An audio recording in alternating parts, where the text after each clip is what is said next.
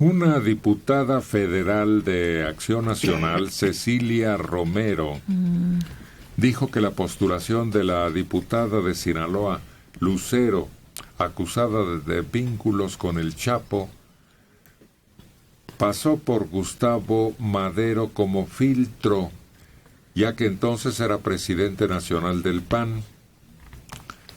Explica que estaba previsto sesionar del Comité Ejecutivo para definir la designación de candidatos en Sinaloa.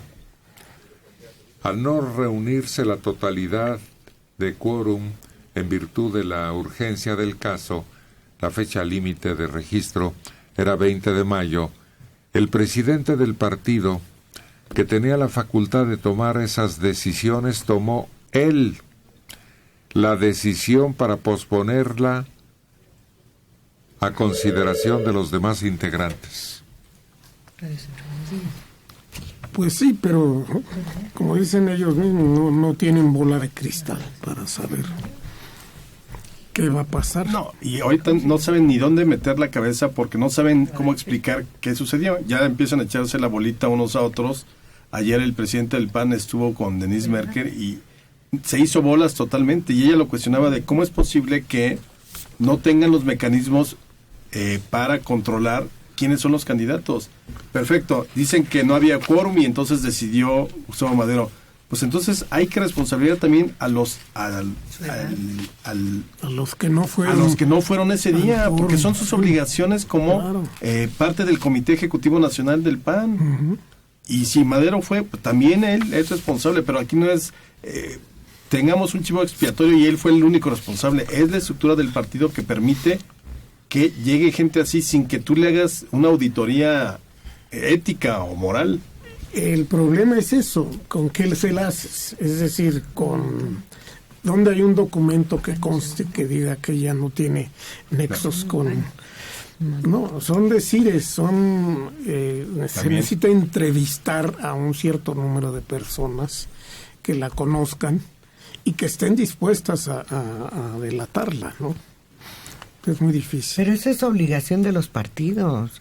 Los partidos deben conocer los antecedentes y el comportamiento de sus candidatos y no darle la tarea a PGR, que de por sí ya tiene mucho trabajo que no saca, y darle la lista. Y ahí, tú me firmas de que son buenos. A mí eso no me parece lógico, ni vale la pena que se estén gastando recursos de la PGR en ese tipo de actividades.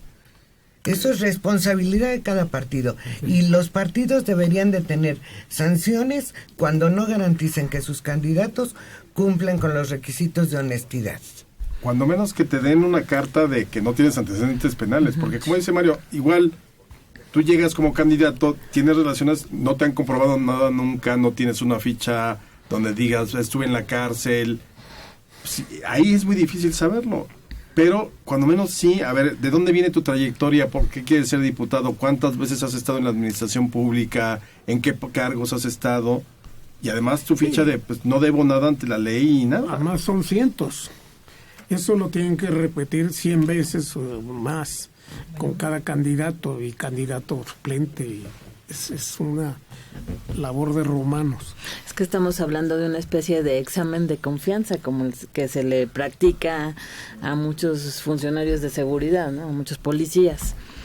Pero aquí pues le están dejando la tarea a la PGR, que pues dices, eso no es tarea que precisamente les corresponda a ellos, ¿no? Y todos están lavando las manos ahorita cuando la verdad todos los partidos, por lo menos los principales, han puesto candidatos que dejan muchísimo que desear. Fíjate, una cosa que podría ser muy reveladora sería que un día como examen sorpresa de la escuela llegaran a hacerle un antidoping a toda la cámara. También. Y verías a ver. Estarían todos huyendo, ¿no? Sí. Estás hablando de un sueño guajiro. Imagínate, así de examen sorpresa hoy. Su muestra de orina, señores. A propósito de eso, el PAN ha dicho que enviará a Gobernación y a la Procuraduría una lista pormenorizada de todos sus candidatos para las elecciones de este año. antes de su registro formal ante la autoridad electoral e invita el PAN al PRI y al PRD a hacer lo mismo. Así lo informó Ricardo Anaya, quien a través de una carta solicita a la Procuraduría que en caso de que existan indicios fundados de vínculos ilegales, den anuncio a la correspondiente facción, Instituto Nacional Electoral y el propio PAN para no proceder a su registro. Sí, nada más son 3,000 más los suplentes, 6,000 personas que hay que investigar. Y no es tarea de la PGR. No, pero fíjate, ahí el INE, si tuviera pantaloncitos, podría hacer en la reforma de ley, donde si un partido mete un candidato que a la larga resulta ser narcotraficante o con vínculos, se le cancela el registro. ¿Y ya? Pero pues aquí obviamente esas son cosas que nunca vamos a ver. Si por una violación flagrante y sistemática de la ley, como lo vimos con el Partido Verde, no los tocaron ni con el pétalo de una multa. ¿Se supo el de Iguala? ¿Quién lo había llevado hasta convertirse en candidato ganador? Sí, claro que se sabía. ¿Y qué pasó? Pero que era entonces, tenía un letrero aquí que decía narcotraficante. No, era un próspero comerciante muy estimado en Iguala. Y dice, oye, es el candidato ideal. Sí, pero yo creo que si tú le rascabas encontrabas algún tipo de extorsión, porque no creo que de la noche a la mañana digas, hoy quiero ser narcotraficante, y mañana político. Sino ya traes una trayectoria que más o menos te dice de qué tipo de persona eres. Pero si aún después del hecho no le pueden demostrar nada, imagínate antes. Bueno, no existían denuncias de Abarca. De que mataba personalmente. Sí, o sea, no fue una cosa que nos sorprendiera. Ya había una serie de investigaciones. Ahí habría que preguntar por qué no se procedió contra él antes. Y las llamadas de la alerta sobre eso.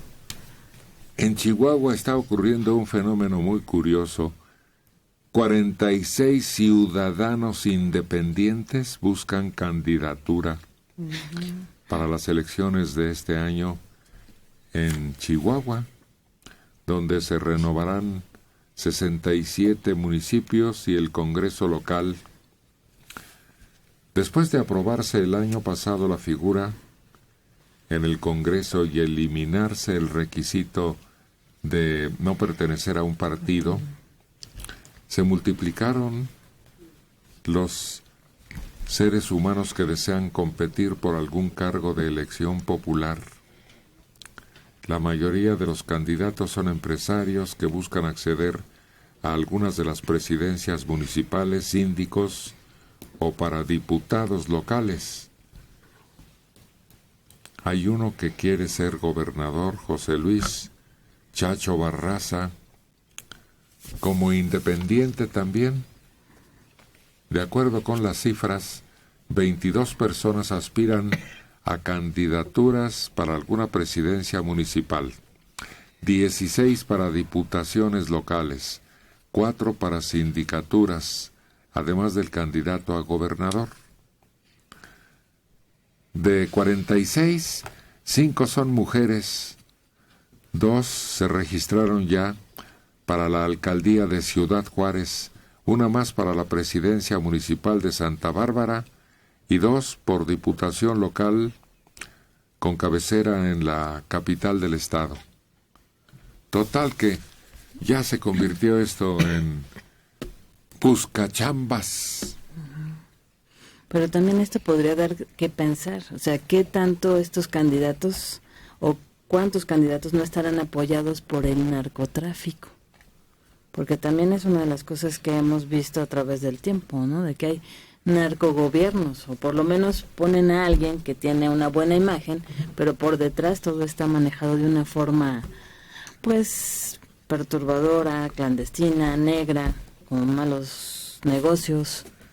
Y con la oportunidad de hacer una campaña multimillonaria por abajo del agua. Claro, aquí yo creo que hay varias lecturas. La primera es que realmente te das cuenta que hay mucha gente que quiere participar y la opción a través de los partidos es nula.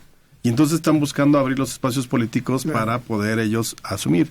Para número 2, existe ese riesgo. Si no existen los mecanismos para fiscalizar cómo llegan los recursos, qué recursos van a utilizar, hasta cuánto tienen, sí podemos empezar a ver candidatos ya directamente patrocinados por el narco. Obviamente no lo vamos a saber, pero los dineros, si lo hemos visto dentro de los partidos, que no suceda dentro de los independientes. No necesitan el independiente, pues tienen toda una gama de partidos de dónde sacar a quien apoyar. Y la tercera es que quizá esto nos vaya a llevar a la creación de partidos independientes para nada más las elecciones, porque son demasiados candidatos independientes por una o dos posiciones políticas. O sea, no puedes tú tener en una elección de pronto 10 o 20 candidatos por una presidencia o por una diputación. Va a ser un desastre.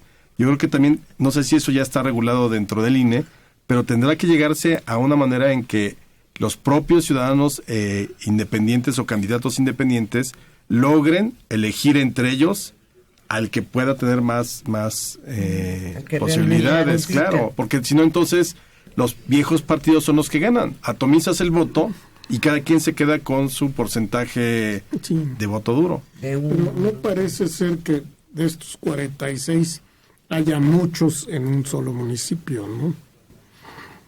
Hay uno para gobernador y quizás los demás están en los municipios. Pero como dices, Alejandro, divide y vencerás. Entraría aquí ese tipo de división de votantes en donde los más fuertes serían los beneficiados. Porque por muy conocidos que sean en su localidad, se llevarían un porcentaje mínimo de votos. Y en cambio, el que sea de los otros partidos, de los tres fuertes, puede ganar con un 10% de la votación. Claro. Eso sería terrible. No, y en una elección cerrada, digamos que se defina por 3 puntos porcentuales, que un candidato independiente se lleve 1.2, ya le ayuda al que gana. Porque esos 2 puntos pudieron haberse ido con el más cercano competidor del que gana. Sí. Y en cambio así vas diluyendo el voto.